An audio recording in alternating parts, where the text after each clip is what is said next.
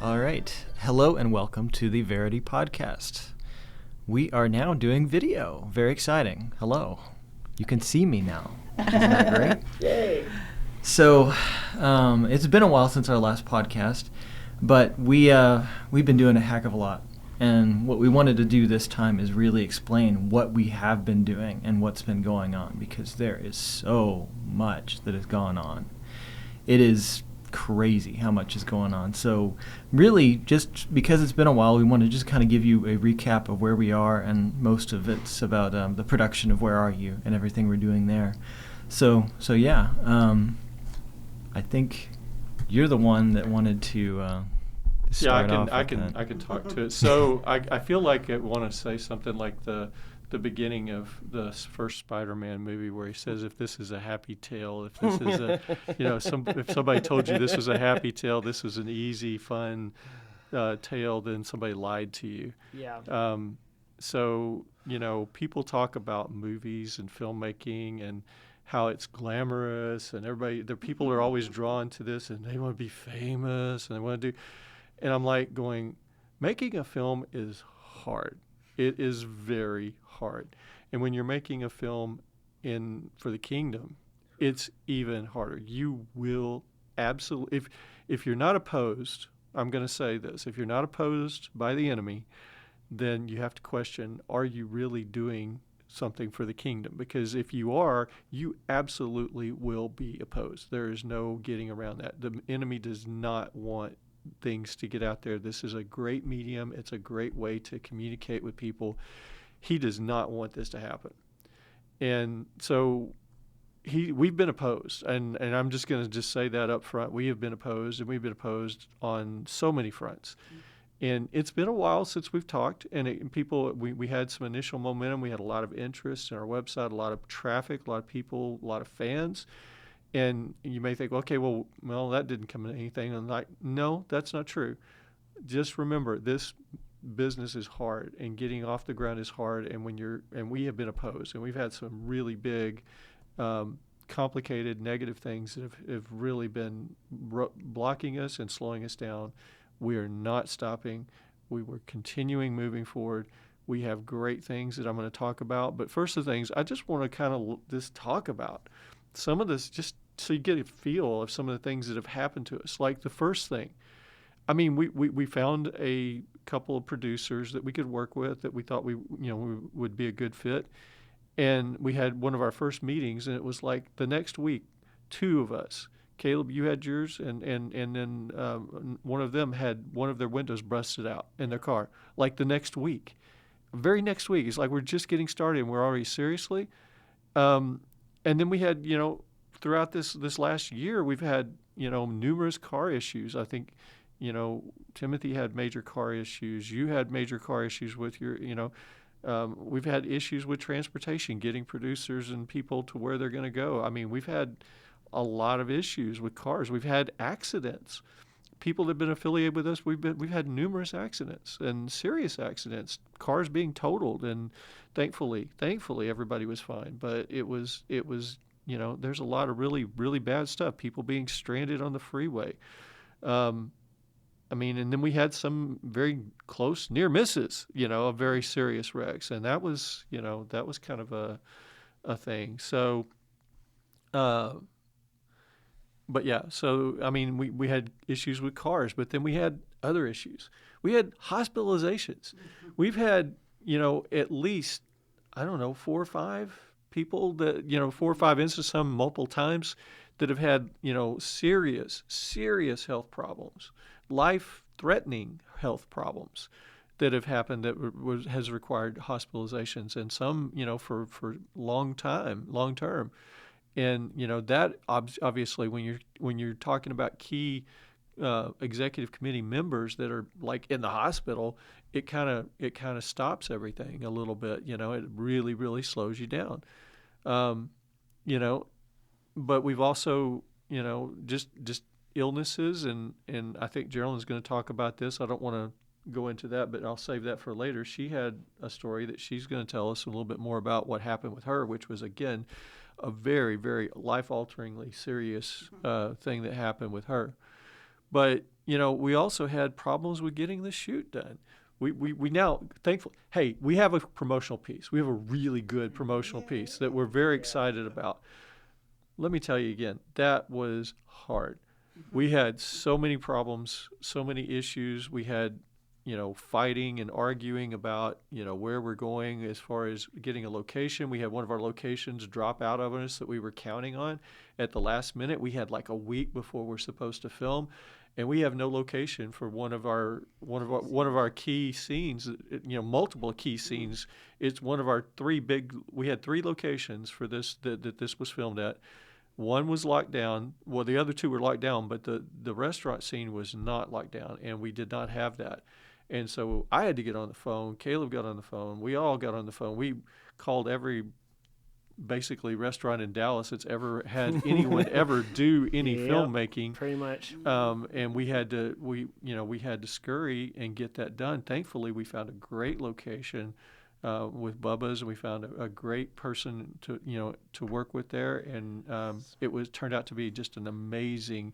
If you see it, you'll see it's an amazing, beautiful set, and everything worked. They also really, make really an appearance in the film too, and do a great job as extras. Yeah, so it was a great win, but it caused a lot of turmoil and upheaval and panic and stress. That it was just it was hard because we got all these people coming and all this money's being spent, and now can we even do this because we don't have a location? I mean, it's yeah. But then we had others that had serious illnesses, and we had one one of our actors that had serious health problems that had to drop out, and and then we had another key committee member that was extremely ill and was like, we're not even sure that they're going to make it to the shoot, and we had another key member that had health issues where basically legs stopped working for a day or two, and it was like, I mean, it was just during the shoot, somebody was hospitalized. Yeah, we had exactly. One of our crew members had to go straight to the hospital. Yeah, instead they were on the way to the shoot and they had to go to the hospital. So I mean, it was just like, it's just when you think about this, you're like, okay, well, 1 or 2 or 3 of these things, okay, no big deal. But when you just stack it all up together, I'm like, this is not the norm. This is not normal. This is not just normal bad luck or stuff that's happening. There's something more going on here. And it's just so clear to me that that's the case. And then you talk about we had issues with several people very close to on the project, key committee members, lost friends and loved ones that were very, very close to them. We suffered a lot of loss. We've had issues. Oh my goodness, we had so many issues with communication. We've had emails that are getting lost. We've had our website has been hacked 2 times now. And so, if you saw our website going down or we having issues, it was hacked. I think it's in a decent spot now. We've got some decent support for that right now. And I think our website's a beautiful website right now. We're going to be working on it some more and trying to improve things moving forward. But I think it's beautiful now. But, we've had just all kinds of issues with that. And then, issues with, this is our first time to really pay 1099s, right? And do that. And we've had major issues with getting set up. You got to go, if you do this many, you have to do it online. And if you don't, but then you have to apply for this account. And then it's like, it's been multiple, I mean, we spent days. Caleb and I spent days trying to get this figured out so that we can just get an application so that we can do this online, filled out and signed. And I spent like 2.5 hours on hold just to actually finish it. And oh, by the way, we still don't have it. Yeah, we still don't have it. We're still working through this. I mean, that's still something that we're still dealing with.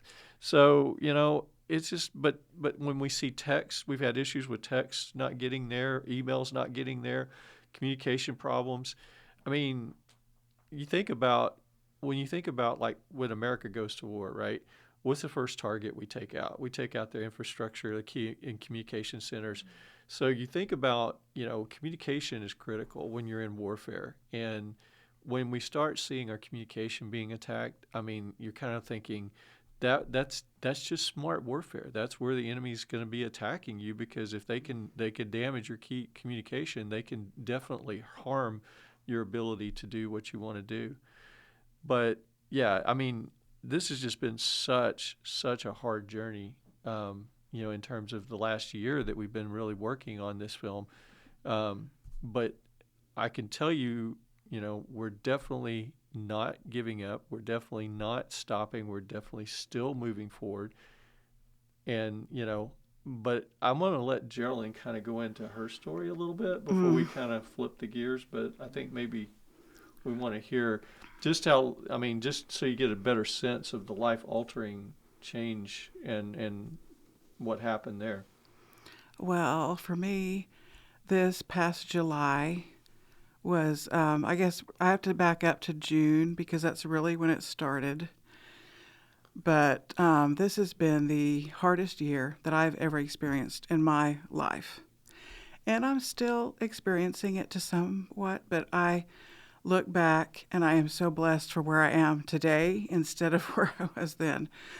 But in June, of course, I was excited. We have a pool, and so I was excited to get to swim in the big pool again.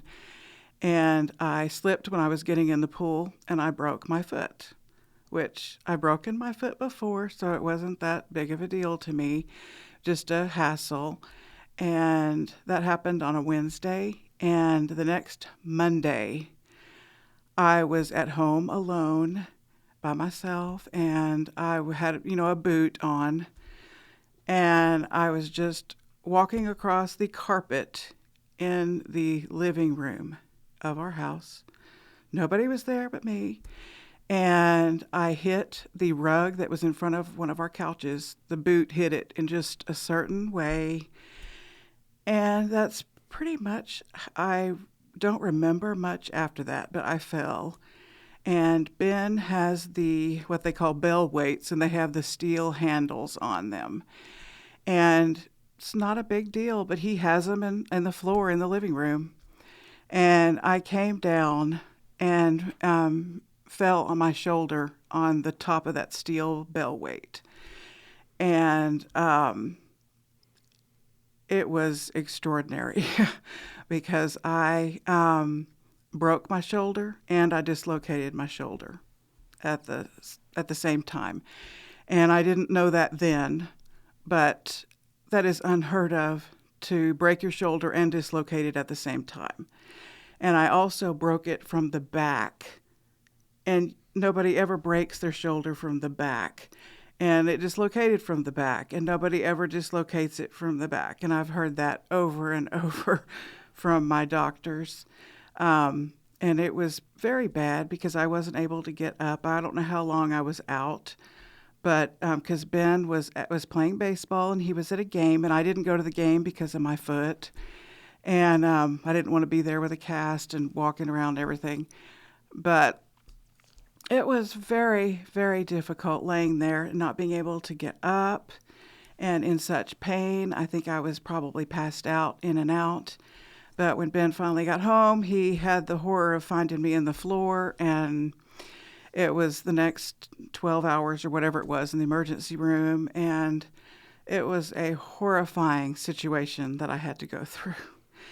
And but I was very blessed because the doctor, the emergency room doctor, and the nurse, and were just absolutely wonderful. And they kind of got me a little bit put back together, but the pain and the healing had to start. And never before in my life have I had to be so dependent on someone. I had help going to the bathroom. I had to be help with my bath. I had to have help with dressing, with eating, with everything. I could not do anything. And so everything fell to Ben. And that includes everything I do around the house, which was quite huge. And so everything fell to Ben. And so that was a huge, huge turnabout of our life. And I don't know if those who've been reading my blogs, I would try to, get a blog out there on Mondays. And of course, I could not type. I couldn't do anything. And it's been very, very hard coming back, and it's just, I'm still not back. I have been released from the doctor, and I've been released from my physical therapist, who was both were absolutely wonderful. But I'm probably not going to be back to where I was ever. But I'm fighting still toward that, and I still believe that he can continue to heal me. But I'm very excited that in the last month I've been able to start typing again. And that is huge because as a writer, typing is my life partly. And that has been such a blessing to be able to type again. I'm still have to watch how many pages I type and that kind of thing at a time. But it has been such a blessing because I started writing blogs again. And there's a lot of blessings that came out of this extremely hard time. But one of them is I've written almost 130 poems since this happened. And a lot of them have been on pain because I've never experienced physical pain quite like this in my life. Because they always have in the emergency room, they have the little chart that has the happy faces, that, if you're feeling, what your pain levels, and it goes up to 10. But my doctor was like, just keep counting. And my pain level at the worst was 60. And there was probably 2 or 3 months where it was 60. And it was really bad. And I am very blessed that we're off of the pain levels. Maybe it'll be a 6 or 7 now, but at occasional time. But it's been a very difficult time. But it's after the first few weeks, I started handwriting a journal, because I'm like, okay, this is something that I want to be that I wish that I had in my hand on the first day, that to give me hope that this is going to get better, because there were so many days I'm like, okay, if I had just hit in a different place, it didn't hit my shoulder, if it was just a little bit up and I hit my head, I would not be here right now. Because I would not have survived that. And I don't know how many, people have told me that. But I said, okay, why am I here? And I'm here and I'm having all this pain. And it was just horrid pain. And I'm like, okay, I want to be able to do something with this pain that I'm feeling. So I poured it into my writing. And I have been writing a journal during this time that I'm going to make into a book. And that I hope will be able to, people who are in horrific pain can read that and have hope that it is going to get better. It can get better, because a lot of times I thought it can't get better. And I felt really bad because I thought, okay, I don't know how I felt. I still do not believe. It was just like, I just felt like hugely like Satan attacked me. It was just horrific how it all came about. But a lot of good things have come about because of it too. And I mean, I've just been writing like crazy, even more so than I normally am since then. But hopefully that will. And today is like day 213 since it happened, because I'm writing down every day. So every day, if you're in a painful situation, every day it does get better after a while. It just takes time. And Jesus holding you the entire time. Because I could not have gotten through this without him. Believe me. So one of the things you didn't mention, and that I wanted to point out, just so people get a magnitude, the people in the office, I mean, the people that we when you say your doctors, so the first doctor we went to go see was Dr. James Walters, who has done several surgeries on me. I mean, the man has pictures of multiple top-tier professional athletes with signed pictures saying, thank you for helping me with my shoulder or with my knee or whatever. I mean, he's one of the best orthopedic surgeons in the world. He really is. He truly is. We went to see him first, and he said, this is too serious for me. He said, this is a much more serious injury than I can help you with. He said, you need somebody better than me. And I'm like, I almost threw up right there because I'm like, wait, better than you? Who is that, God? I mean, that's where I'm at, because this guy is truly one of the best. But he did have a, someone also in the same practice, one of his colleagues, Kevin Cruz. yeah, who is like the number 2 shoulder surgeon in the world. He truly is. And he learned from the number 1. So yeah. So and he also, after we saw Dr. Walters, you don't get an appointment with Dr. Cruz. I mean, he has people from Ireland, from Greece, from all over the world that come to see him. And he was able to get me in the next day. Yeah, the very next day. Next day. And the thing is that what we were hearing from our doctors, I mean, these are like, again, we're talking the best doctors in the world, literally. What we were hearing from them, what we're hearing from our physical therapist, is that this is the most serious case that they had ever seen, in terms of the injuries. And like I said, Dr. Walters didn't even want you as a patient because he didn't feel that he could help you because this was beyond what he could do. I mean, that's the magnitude of the seriousness of the injury and how bad it was. I mean, it was really, really, really bad. So. Well, going off of that, I remember praying. I feel like some of this might be whatever, because I always think about this, but I remember when you called me. I'll never forget the day you called me. I was in Detroit on business, and I, of course, got really emotional. I was on my lunch break, but then I had to really gather myself and get right back to work, but that was really hard hearing that. But I remember praying really hard that Mom gets top quality care, like the best care that you can possibly give her. And then you tell me that story, and I was like, oh, okay, so that's probably why you didn't have Dr. Walters. But no, that was, I will never forget that. But hopefully this just kind of gives you a sense. I mean, this hasn't been a normal, I mean, you look at our 33 years of marriage in our family's life, this has not been a normal year for us. This is far from normal. There's been a lot of really, really bad stuff that's come our way, some of the worst things that we've ever experienced. When we're happening to try to do a movie for the kingdom, I don't think that is a coincidence. I don't believe in coincidences.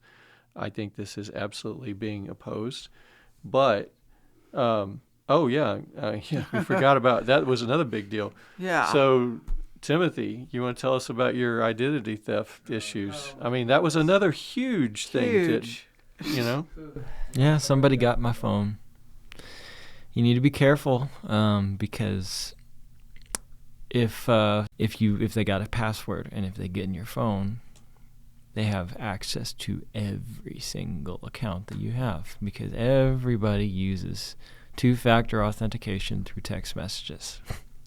And so I woke up one day and I was doing something else, and thankfully I did have access to Wi-Fi, and I was getting all of these emails through Wi-Fi that I was buying all of these very nice, expensive TVs.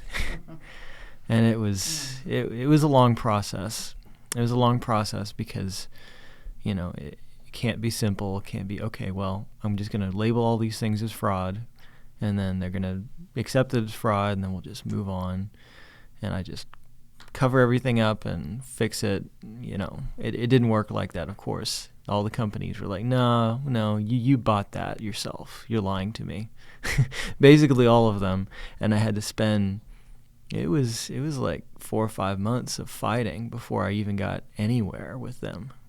Had to get other people involved, like the Better Business Bureau, and it was. Well, they were also taking loans out. Yeah, that was. And they wouldn't believe you. And they were trying to destroy your credit. I mean, because they say you're not paying your loan, and you're like, I didn't take this loan out. I mean, it was, it was another really, really, really bad time. And, our Kickstarter, we had a Kickstarter, we had a plan, we had things that we were going to do there.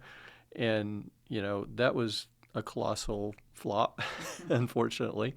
And that didn't go anywhere. And so that was, you go through this time and you go through ups and downs. And there's a lot of really, really, when things go down, it's really discouraging. It can be very, very discouraging doing this many times. We've had a lot of discouragement.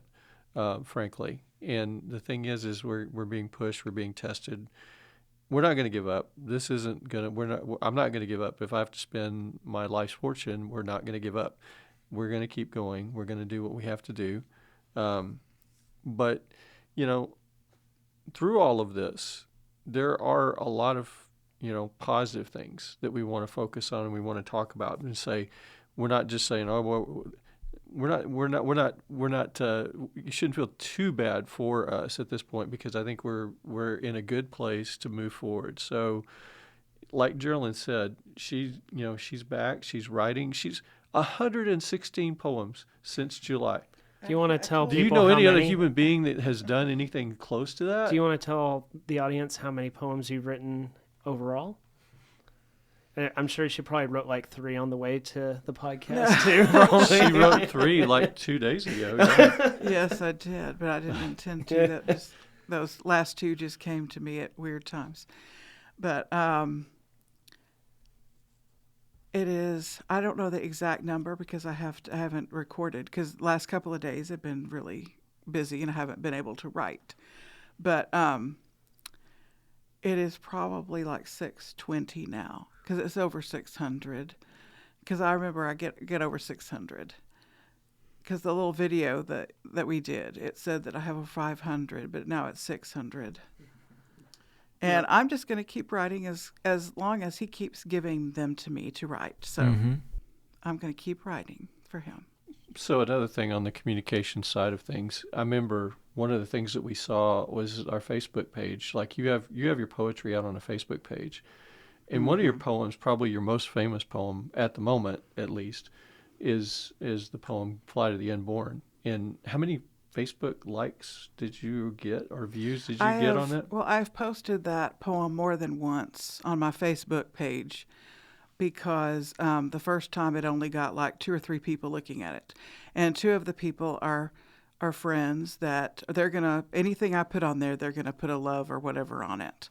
And the other 2, I can't remember who they were, but I was just like floored. But I'm just like, whatever. If you've read my Follow Me poem, it's not about the likes and the loves and all that kind of stuff. But I think on Facebook, if you don't put, if it doesn't like get a like or whatever on it, then it just buries it, I think, and it doesn't get out there. So I was really wanting it to get out there. But the second time that I posted it on my Facebook page, it only got like maybe 1. Right. And so you get that was discouraging, Actually, right? well, on the Verity, when I posted it on Verity, it only had 2 or 3 as well. It said only 2 or 3. Or so it showed us. Yes, it showed us. That's what it showed. Where it said this many whatevers. But that was a lie. That was a lie. It was a big lie. And our the woman who does our, what do you call it, social media stuff, she said that is definitely not true. And it's like 1.6 million people have viewed this poem. And she also was, and we had a media partner that told us, and we have heard from others that have read the poem from different women. Now, get to me. For so many that, from these young girls who told me that after they read my poem, they were in a difficult situation and they found themselves pregnant. And after reading my poem, they decided to have their babies. And there was so many that were, they were headed to have it taken care of. But after they read my poem, they decided to have their babies. And that just has touched me so deeply, I cannot even tell you. And I found out all about this September, and I thought, okay, that poem is just going to sit there, and it's like he gave that to me. It's definitely from him, and it's just going to sit there and not do anything. But it's up to him if he does something with it, because I post it, but I can't just magically let it, to know things or whatever. But in September, after I found out that, okay, it's getting out there, people are reading it, and it's affecting them to where they're planning to, okay, I'm going to have this baby. I don't know how, I don't know what I'm going to do or whatever, but I'm going to have this baby. And so that touched me deeply. And of course, what do I do when something touches me deeply? I write. And I wrote a poem for these young women called Dance, Baby, Dance. And that was for all of those women that have read my poem. And that was just, I can't even put into words what that means to me, because I keep thinking that those babies are going to be probably be born within the next few months. And that's just really, I cannot even tell you how cool that is to me.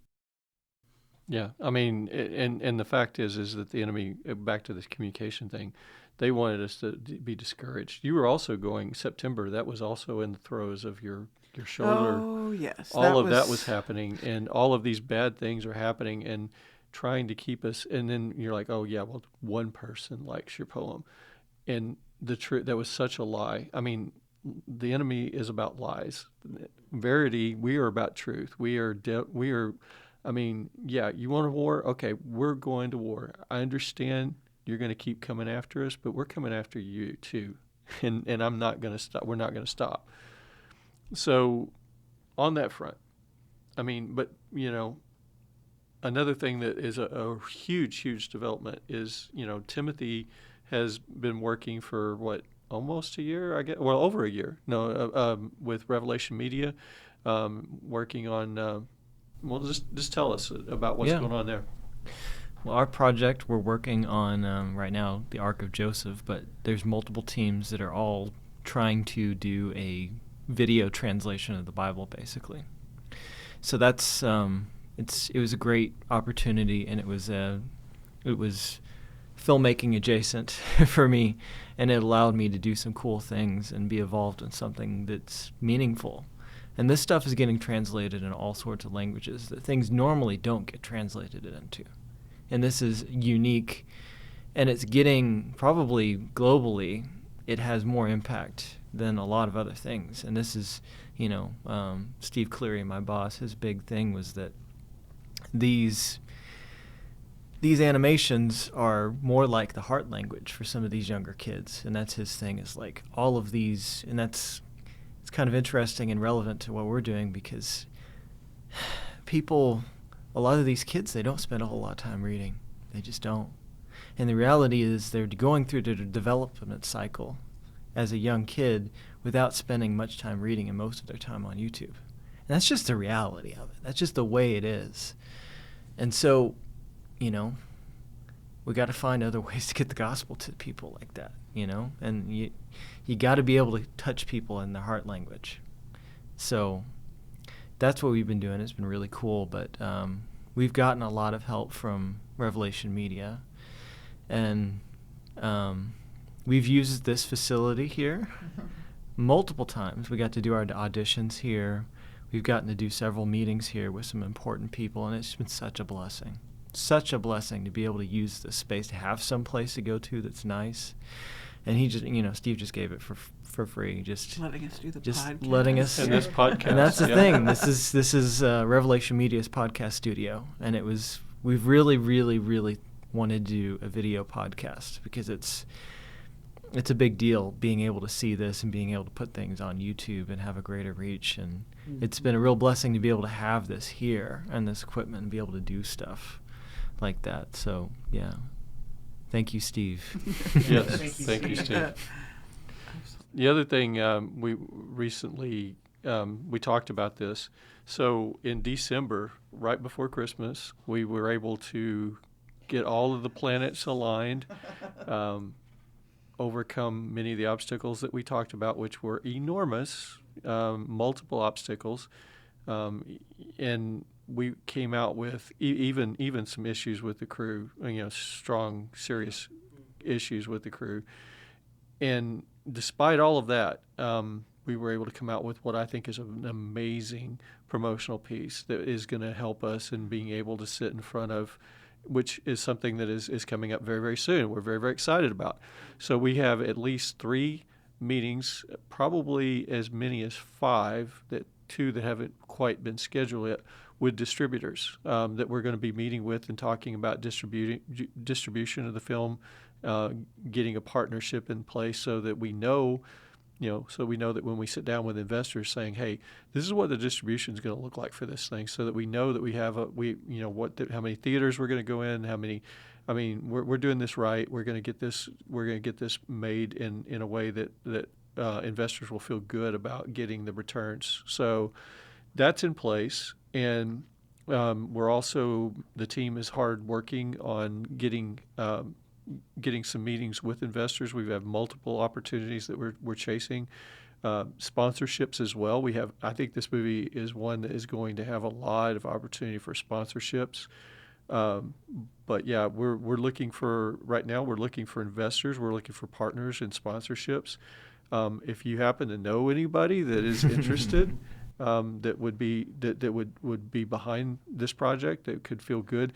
I don't just want somebody who says, "Oh yeah, that sounds good. Here you go." I want people who want to take the time to listen to what we're saying, to listen to the messages, that they're like, "Oh my goodness, the world needs to hear this," and I want to help make that happen. Those are the people that I'm looking for. info@VerityEntertainment.com. Yeah, exactly. Contact us at info@VerityEntertainment.com. Thank you, Timothy, for that. Yes. Awesome. So the other thing is in that vein, we have a new partner that's joining the team that I think has some really good contacts and could help us with that. So we're very excited about working with her. And then we also had an amazing time. So there was a lot of consternation, a lot of fear. I mean, we're not TV people. I'm not someone who goes on TV. I'm not someone who wants to be in the spotlight. I don't think any of the Smileys really want to be in the spotlight. That's not why we're doing any of this. We're doing this because we feel like that somebody needs to do it and do it right for a change. And that's bottom line. That's why we're doing this, is because we feel that we have the ability. God's given us the talents. He's given us the passion. He's given us, the strong will to make sure that things are being done correctly and truthfully. And, that's, which we're just not seeing anywhere. And so that's why we're doing this. But we don't want to be famous, but we understand the game, and we understand, we've got to come out there and we've got to talk to people, and we've got to, let people know who we are and whatnot. So we're like, okay, well, if this is what it takes to do what we feel God has called us to do, then we'll do it. So what was it, like 2-3 weeks ago, I guess, when we went on the Jeff Curley show, who has got a really nice show here in Dallas. It's a local show. And we were so worried about that. We spent time practicing and thinking about what questions he might ask and making sure that we didn't look like an idiot when we answered them. And so, I was really, really concerned about it. And I feel like God's blessing was on that whole thing, because it was when we finished, I think he said to us, that was a 10 out of 10. He said it was a good, and I felt the same way. I mean, I almost couldn't watch it because I'm like, oh, I don't want to watch that guy talk. I'm watching that idiot, meaning myself, talking on TV like that. And when I finally got the courage up to watch it, I was like, that's not bad. It was pretty good. It was a great, amazing time. Jeff was great. His staff was great. We had made one of our contacts of someone that's going to be working with us that day. Was kind of a God thing, we believe, too. She just happened to be there. Yeah. Well, I'll talk a little bit about the backstory of that, because I remember going back to what we've been talking about with discouragement. I was beyond discouraged, and I was just really emotional one night, and I just ended up praying and asking, like, this is for you. This is all for you. I'm like, is there anything that I need to do, or do I just need to wait?